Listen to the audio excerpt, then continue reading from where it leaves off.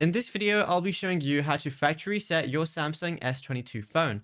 It's a very simple method, so if you find this video helpful, be sure to drop a like and subscribe. All you want to go ahead and do is swipe down on the top right of your screen. It's going to bring up your control panel, then just go to the top right where it has your settings wheel. Now, this is going to bring you up to your settings where you're going to see a lot of different options.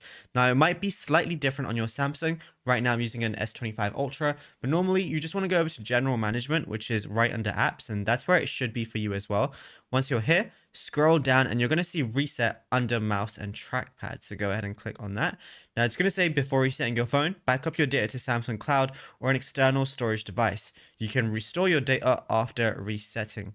So it's going to ask you to back up your data. You can do a temporary cloud backup, or you can do an external storage backup, for example, if you want to plug it in a USB device or anything like that. So you can do that as well, but you got to do one of those different methods. So if you don't have a USB, just do the temporary cloud backup because it's going to last for 30 days. And then after that, it's going to allow you to reset your settings, mobile network settings, Wi-Fi and Bluetooth, accessibility, or right at the bottom, you're going to see factory data reset. But like I said, you have to do a backup before you go ahead and do that. And yeah, that's it. Then you'll be good to go. Then your phone's going to be like new.